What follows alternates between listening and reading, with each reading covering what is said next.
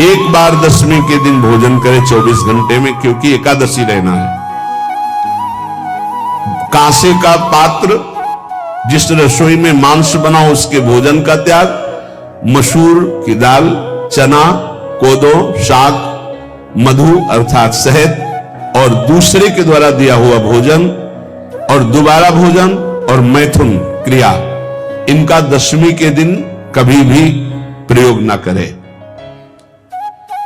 इन 10 वस्तुओं से वैष्णव दूर रहे दशमी के दिन। फिर एकादशी के व्रत में, ये पीछे तो हम वर्णन कर ही चुके हैं, कहीं नहीं आया या कुटू का कचौड़ी पकौड़ी और सिंघाड़ा का हलवा और ये दुनिया के खीर और सब। ये एकादशी के दिन किसी भी तरह की गेम आदि क्रीड़ा ना खेले। जैसे अब आज व्रत है तो बैठे हैं अपना मोबाइल में गेम खेल रहे हैं, ऐसा कोई भी क्रीड़ा नहीं, द्यूत क्रीड़ा, किसी भी तरह का गेम, ये सब खेल नहीं। द्वित क्रीड़ाम च निद्राम च तांबूलम दंत धावनम परापवादम पैशून्यम स्तेयम हिंसाम तथा रतिम कोपम हृतवाक्यम च एकादश्याम विवर्जयेत्।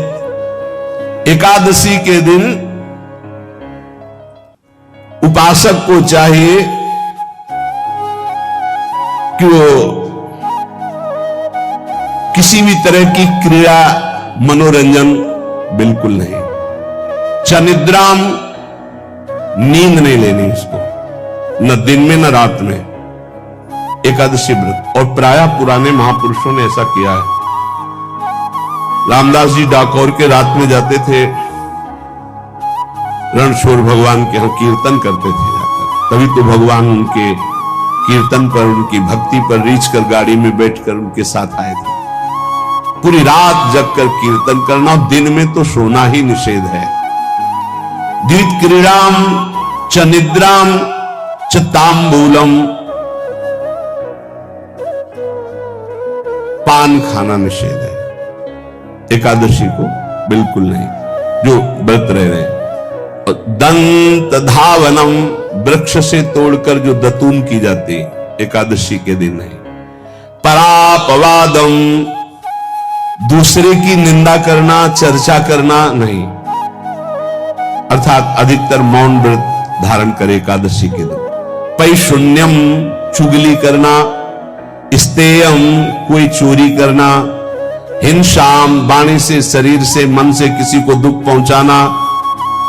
रतिम, अर्थात भोग करना, मैथुन करना। कोपम, किसी के ऊपर गुस्सा करना। अनत वाक्यम, झूठ बोलना।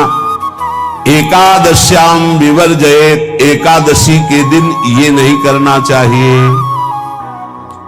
एकादशी को एक बार कुछ फलाहार शुद्ध, अगर आपके पास कोई व्यवस्था नहीं तो थोड़ा दूध है, जल है, ऐसे आप लेकर, या थोड़ा सा फल ले लें, थोड़ा सा फल लेकर के प्राण पोषण, एक दिन में मर नहीं जाओगे। कितने तो निर्जला एकादशी रहते हैं, हर एकादशी निर्जला। पूज्य श्री मथुरा दास जी निर्जला ही रहते थे हर एकादशी। चलो भैया, आपकी सामर्थ्य नहीं तो जल 2-4 बार ले लो, एक बार थोड़ा सा दूध और फल ले लो, चल जाएगा काम, प्राणों का पोषण हो जाएगा। ये आचरण न करे, एक बार कुछ आहार ले ले, वो भी शुद्ध भगवद अर्पित प्रसाद। फिर द्वादशी को काश्यम मांसम सुराम छौद्रम तैलम वितथ भाषणम व्यायामम च प्रवासम च पुनर्भोजन मैथुने अस्पृश्य स्पर्श मासूरे द्वादश्याम द्वादश त्यजेत। कांस के पात्र में द्वादशी को भी भोजन न पावे। जिस रसोई में मांस बनाओ उसमें आहार न ले। किसी भी तरह का नशा द्वादशी को न करे। शहद न पाए, तेल के बने पदार्थ न पाए, मिथ्या भाषण न करे और बहुत शरीर का व्यायाम न करे, बहुत थकावट वाले कार्य न करे। दोबारा भोजन न करे, एक बार द्वादशी को भी भोजन पवित्र मैथुन न करे, जिसका स्पर्श नहीं किया जाता ऐसे पदार्थों का स्पर्श न करे, और मसूर की दाल न खाए। द्वादशी को जो इन नियमों का पालन करता है, दशमी द्वादशी ऐसे और एकादशी ऐसे, तब उसे एकादशी व्रत का फल प्राप्त होता है। जो इस पद्धति से ये जो मनमानी ये सब नहीं, हर पदार्थ मिल जाएगा आपको फलाहार में। हर पदार्थ हमको बताया गया कि आपको जो चाहो सब पदार्थ फलाहार का। अरे भाई, हरितोष व्रत है तो हरि प्रसन्नता के लिए एक दिन भूखे रहने बहुत आनंद आता है। पहले भगवत कृपा से ऐसी गंगा जल पी करके कुछ दिन, फिर कभी कभी निर्जला एकादशी का भी आनंद। बड़े संन्यास मार्ग में थे तो बड़े संयम से सब शास्त्रीय पद्धतियों का निर्वाह होता था। उपासक को चाहिए कि इन नियमों से व्रत का अनुष्ठान करे, मनमानी आचरण न करे। सबसे प्रार्थना जो एकादशी रहते हो, हरितोष व्रत इसे कहते हैं, भगवान की प्रसन्नता के लिए रहा जाता है, रहना चाहिए। जो अपने आचार्य परंपरा में हैं जैसे, जिनका सिद्धांत है, पर रहने का सिद्धांत ये श्री सनत कुमार जी वर्णन, श्री सनक जी महाराज, ये सनत कुमार जी वर्णन की। सनक जी महाराज कह रहे हैं, यदि भगवान का आश्रय नहीं, सत्संग नहीं है, तो इन चार में से एक हो तो नाश कर देता, फिर चारों हो तो सर्वनाश हो जाता है। यौवनम धन संपत्ति प्रभुत्व विवेकता एकैपमप्यनर्थाय किमु यत्र चतुष्टयम। यदि सत्संग नहीं है, यदि भगवद आश्रय नहीं है, खूब धन हो, जवान अवस्था हो, बढ़िया पद मिला हो, प्रभुत्व चलता हो और अज्ञान हो, फिर क्या कहना है? बोले ये चारों जहां मौजूद होते हैं वहां सर्वनाश का खेल शुरू हो जाता है। अगर इनमें से एक हो तो सर्वनाश करने में पर्याप्त है, और अगर चारों हो तो फिर क्या कहना है? यौवनम जवान हो, धन संपत्ति है, खूब रुपया पैसा हो, प्रभुत्व कोई पद हो, कोई अधिकार हो बड़ा, फिर अविवेकता और अज्ञानी हो, तो बोले एक नाश कर देगा, फिर चारों तो नाश ही कर देंगे। अगर सत्संगी है तो ये चारों महान कार्य कर देंगे। क्या यौवनम जवान है, खुद दूसरों की सेवा, मेहनत पूर्वक धन संपत्ति कमाकर माता पिता की सेवा, परिवार की सेवा।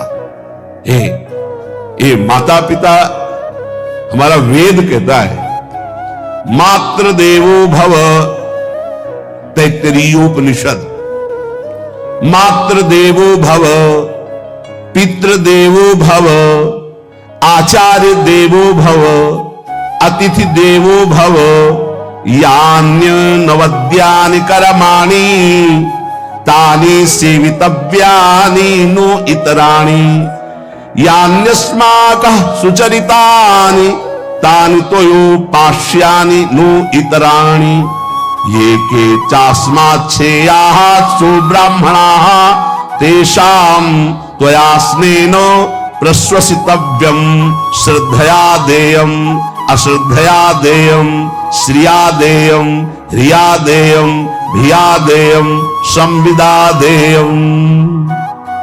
वेद कहता है मातृदेवो भव, माता साक्षात हमारी भगवान है। देव हरि को कहते हैं, केशव देव जैसे कहा, हरि को कहते हैं, गोविंद देव, मातृ देव, माता भगवान है। धिक्कार है उन पुत्रों को जो अपने माता के द्वारा पोषित किए हुए शरीर से हाथ उठाते हैं अपने माता पिता के ऊपर। नरक में तुम्हारी जो दुर्दशा होगी भोगोगे। एक हमको दिखाया गया दृश्य कि अपनी माता की कोख में लात मारता है, थप्पड़ मारता है, पिता बैठा है उसको लात मारता है, थप्पड़ मारता है, बाल घसीट कर गेट तक माता को ले जाता है। अब इनकी जो दुर्दशा होगी ये बोल नहीं पाएंगे, बता नहीं पाएंगे। ऐसी जगह मारा जाता है कि बस तलकते रहो, कुछ कह नहीं सकते, घोर नरकों की प्राप्ति होती।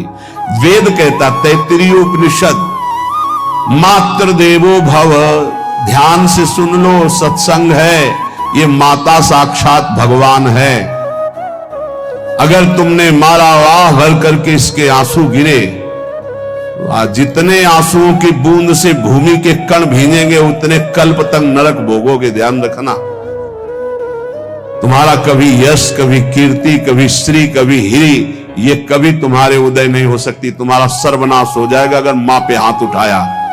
पितृदेवो भव, पिता साक्षात भगवान है।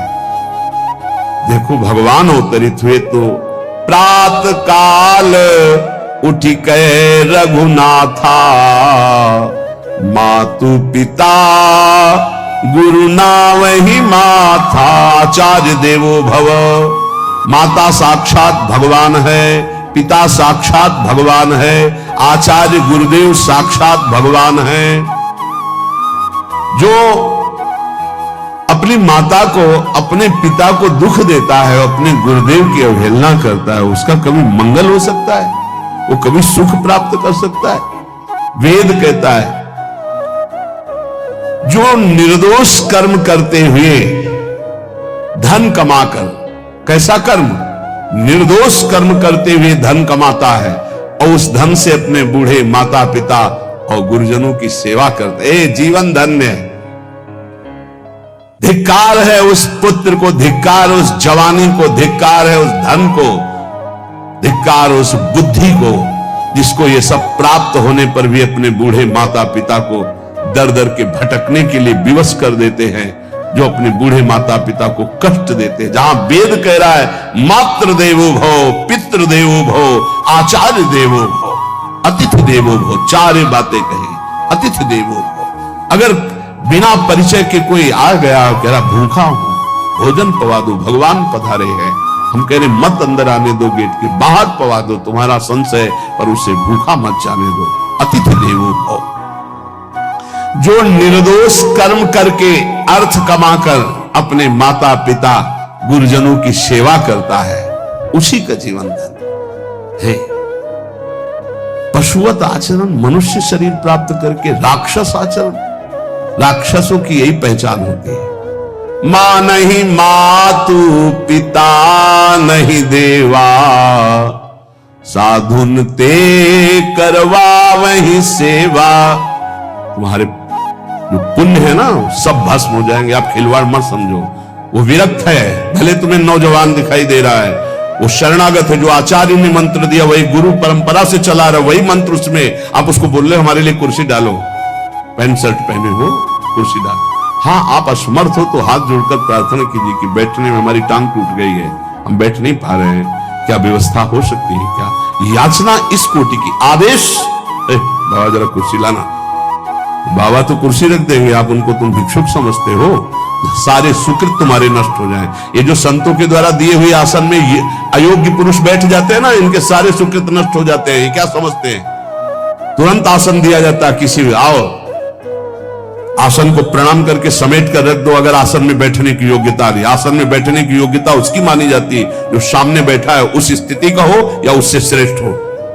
बहुत होश में ये बातें सत्संग में ही मिलती है और अन्यत्र नहीं मिलती। आसन बिछाने का मतलब तुम कोई महान नहीं हो गए हो, अपने में दैन्यता नहीं तो वैष्णव किस बात के? आसन ग्रहण को वैसे ही बिछा हुआ है, उसके ऊपर आसन लगा हुआ है गुरुजनों के लिए, श्रेष्ठ जनों के लिए। आप आसन में बैठने के अधिकारी हैं। सत्कर्म के द्वारा कमाए हुए धन से मातृ देवो भव, पितृ, हम बार बार चिल्ला के कह रहे क्योंकि कलयुगी इन पुत्रों को अब समझ में नहीं आ रहा। जो बोओगे वही काटोगे। अगर आप अपने